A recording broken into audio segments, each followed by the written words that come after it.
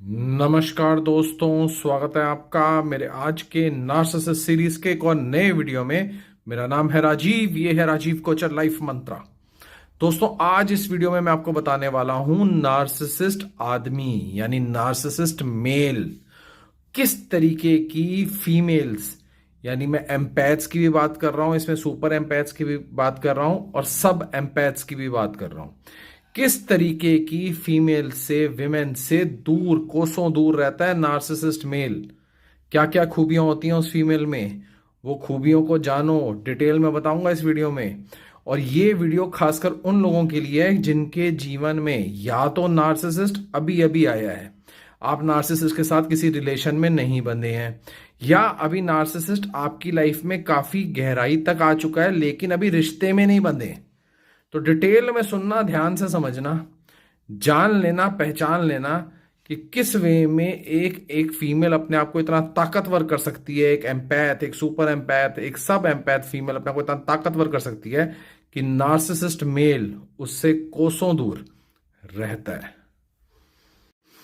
Number एक, ऐसी female जिसकी बाउंड्रीज बहुत स्ट्रांग हैं। नार्सिसिस्ट कुछ भी उसके साथ अनफेवरेबल नहीं कर सकता।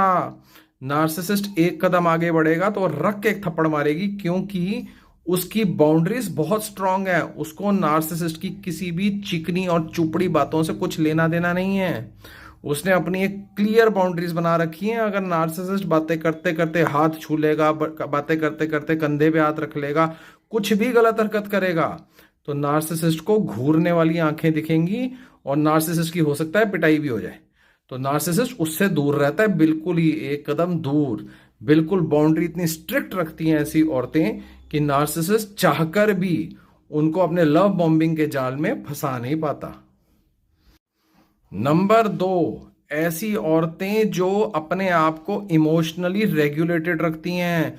उनको अपने इमोशंस पूरे करने के लिए नार्सिसिस्ट की चीकनी चुपड़ी बातें, नार्सिसिस्ट की हुवरिंग, नार्सिसिस्ट की लव बॉम्बिंग, इसकी जरूरत नहीं है। उनको कुछ लेना देना नहीं है। वो अपने आप को इमोशनली बिल्कुल स्ट्रिक्ट रख के बैठी है, बिल्कुल रेगुलेटेड रख के बैठी है। उनको कोई कंधा नहीं चाहिए रोने के लिए। जो कंधा नार्सिसिस्ट सोचते कि नार्सिसिस्ट वो कंधा बना लेगा जिसपे औरतें रो लेंगी, और उस चक्कर में वो औरतों को फंसा लेता है, उनको साथ रिश्ता बना के फिर उनको तंग करता है। लेकिन नार्सिसिस्ट इस औरत को नहीं फंसा पाता। नंबर तीन, ऐसी औरत जो इंडिपेंडेंट है, फाइनेंशियली भी, इमोशनली भी, हर तरीके से। उसको कुछ लेना देना ही है नार्सिसिस्ट के। नार्सिसिस्ट बहुत अमीर है तो अपने घर पे होगा। नार्सिसिस्ट अपने आप को जितना बड़ा सेठ दिखाता है अपने घर में होगा। उसको अपने हिसाब से चलना पसंद है। वो अपने हिसाब से चलती है, अपने हिसाब से डिसीजंस लेती है, अपने हिसाब से इंडिपेंडेंटली अपनी लाइफ को जीती है।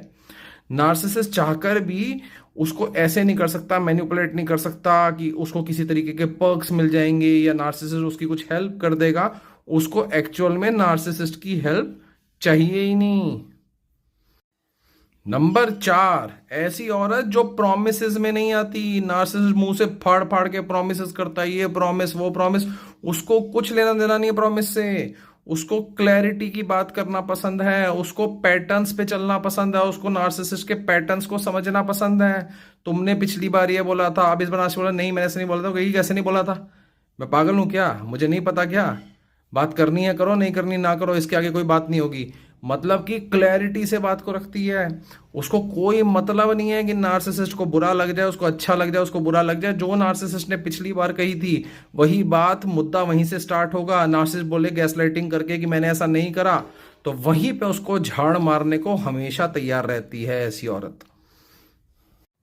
नंबर पांच, ऐसी विमेन जिसको किसी भी तरीके की वैलिडेशन की जरूरत नहीं है नार्सिसिस्ट की तरफ से। तुम सही लग रही हो, तुम बुरी लग रही हो, तुम ऐसी लग रही हो, तुम वैसी लग रही हो। जहां नार्सिसिस्ट उसकी किसी भी खामी को गिनवा के उसको वैलिडेशन नहीं देगा, वो वहीं पे खड़े खड़े नार्सिसिस्ट की बेइज्जती कर देगी। वहीं खड़े खड़े नार्सिसिस्ट की कमी निकाल देगी। समझ लो नार्सिसिस्ट के मुंह पे कहीं मस्सा है और नार्सिसिस्ट उस सामने वाली औरत को इस तरीके से बिहेव कर रहा है और वैलिडेशन नहीं दे रहा है, उसके मस्से का मजाक बना देगी उसके खड़े खड़े उसके सामने। नार्सिसिस्ट पानी पानी हो, समझ नहीं आएगा कि क्या करे। तो इस तरीके की औरतों से नार्सिसिस्ट दूर रहता है। नंबर 6, उस तरीके की औरतें जिनको ये पता होता है कि नार्सिसिस्ट कर रहा है, मैं तुम्हारे बिना जी नहीं पाऊंगा, ये हो जाएगा, वो हो जाएगा, वो हो जाएगा। वो कहती है भैया बात ये है कि तू मेरे को जानते हो, तेरे को 2 महीने हुए हैं, कैसे तेरे को इतना प्यार में तो डूब गया? इतना प्यार तो मैंने तेरे को दिया ही नहीं जितने प्यार में तो डूब गया। तो वो क्लैरिटी से बातें करती हैं कि इतने प्यार की तो कोई हमारे बीच में बात ही नहीं हुई, जो तेरे को मेरी आदत लग गई, जो तू मेरे बिना रह नहीं सकता। क्लियरली एक पॉइंट पे आके बात कर कि पॉइंट ये है, इस पॉइंट से जिंदगी चलेगी, इस तरीके से खर्चे चलेंगे, इस तरीके से जिंदगी को जिएंगे, तो बात बनती है। मैं जी नहीं सकता, मैं ये नहीं कर सकता। नार्सिसिस्ट जो करता है लव बॉम्बिंग के दौरान, तो वो क्लियर कट मुंह पे बोलती है उसको, इतना तो हमारे बीच में बात ही नहीं हुई जितना तो प्यार में डूबे जा रहा है। नंबर 7, ऐसी विमेन जो डिसरिस्पेक्ट नहीं सहती। नार्सिसिस्ट अपने आप ही गैस लाइटिंग के थ्रू बेइज्जती करने की कोशिश करता है, उसी दौरान वो खींच देती है नार्सिसिस्ट को पकड़ के, यार क्या बात कर रहा है तू, बदतमीजी करता है, शर्म नहीं आती तेरे को? क्या बदतमीजी लगा रखी है तूने, समझ नहीं आती तुझे, चल निकल यहां से। इस तरीके से क्लैरिटी से, कोई ये नहीं, कोई वो नहीं, कोई इसके साथ फालतू की लव बॉम्बिंग नहीं, कोई उसके प्यार में गिर जाने वाली बात नहीं, क्लियर कट बात, ताकि नार्सिसिस्ट की असलियत सामने आ सके। क्योंकि नार्सिसिस्ट बेइज्जती नहीं झेल सकता, और वहीं पे उसकी ईगो को वहीं पे ही डांट करती है ये विमेन। नंबर 8, ऐसी औरत जिसने एक बार नार्सिसिस्ट को बदतमीजी करते हुए देख लिया, या एक बार अपने साथ गलत तरीके से बात करते हुए देख लिया, उसको हर तरफ से, चाहे सोशल मीडिया हो, चाहे कहीं से भी हो, चाहे लाइव से हो, चाहे व्हाट्सएप से हो, हर तरीके से ब्लॉक करने की हिम्मत रखती है। उसको कोई मतलब नहीं है, फन्ने खान होगा, अपने घर में होगा, घर वाले इसकी फालतू बकवास सुनते होंगे, ये औरत नहीं सुनती, और जो नहीं सुनती वही बच जाती है। नंबर 9, एक ऐसी औरत जिसको मेंटल पीस, अपनी पीस बहुत प्यारी है, शांति बहुत प्यारी है, उसको नार्सिसिस्ट की इनसिक्योरिटी, उल्टी सीधी हरकतें, बेबी शोना, ये सब करने में कोई इंटरेस्ट नहीं है। She is very practical.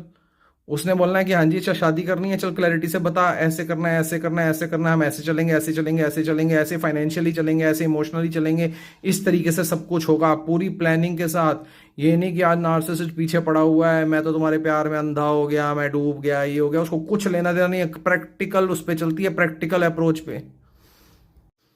Number 10, एक ऐसी विमेन अगर उसके जीवन में नार्सिसिस्ट गलती से एंटर भी कर जाए, तो उससे पीछा छुड़ा के दोबारा से हील और ग्रो करने की हिम्मत रखती है।